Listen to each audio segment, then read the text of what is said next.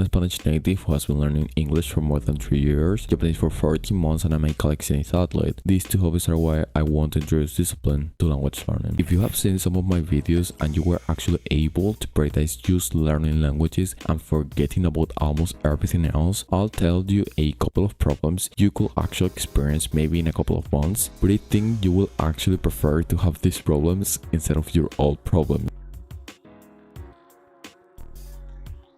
Something that I noticed like literally 3 days ago was that I go way too complacent with my English, and it is that okay, I can understand literally almost everything, my listening is really good, my reading is actually really good as well, but my speaking has not really improved. Why? Because I really didn't have the necessity, but now I do. Now something that is happening right now is that I don't want to put that much time into English just because I want to learn Japanese, right? And that's something I really didn't notice 1 year ago when I started learning Japanese, which is that I started prioritizing Japanese over everything, and my English speaking for that reason didn't improve. So I always say that I have more than 3 years of studying English, but in reality, in active time, I would probably have 2 years and 5 months. And let's say that in all of that time, I have put like 6 hours to 7 hours daily.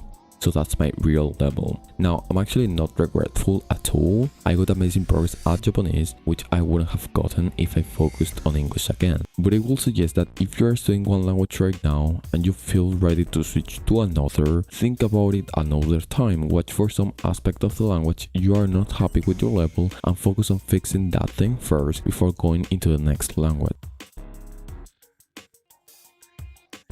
Okay, so maybe you have to go to work or school, but it doesn't really matter. The thing that I'm implying with this title of this section is that when you get from work or college to your house, the only thing that you do is language learning. When you watch things on your phone, you learn a language. When you are on your computer, you learn a language. When you're making food, you learn a language. You get the point. Let me say to you that it's really difficult to not get fast progress when you're doing something like this. I don't want to tell you the specific amount of time that it will take you to learn the language, but if you're doing 6 to 7 hours since the start, which if you work for 9 hours a day, counting that you commit to work as well, you have like 6 to 7 hours a day, which you can put into learning a language. Of course, this doesn't count if you have to take care of someone, right? You can say that this can be super boring and you won't really have a life, which I mean, at the start it will be boring, but let me tell you that once you have like more than 3 months doing this or 2 months doing this, being disciplined starts being fun. Imagine how awesome will be your life if you could get fun by doing something like reading a book, learning a language,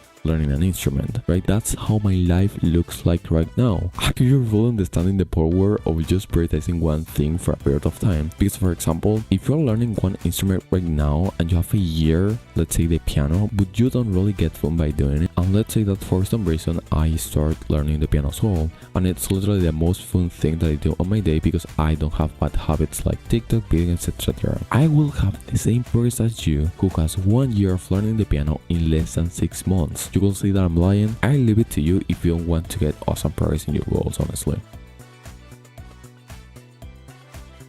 First and the last thing I'm going to say, because you will struggle a lot just applying this one thing. Go through the period of struggling to renounce to more fun things than your language learning. Literally, if you have something that is more fun than reading or doing whatever type of immersion in your day, believe me, it's really normal that you don't want to keep studying after 2 hours of an immersion. It's normal that you don't believe when someone is doing more than 6 hours of immersion daily. It's normal that you don't believe when people is doing anki for 2 hours daily for an entire year. So this video is actually kind of a summary telling you that you have to update your beliefs, because there's more people than you think having fun while working or studying for 10 to 12 hours daily. So that's it for the video. Be sure to give me a like and subscribe to my channel if you want to have more discipline, language learning friends.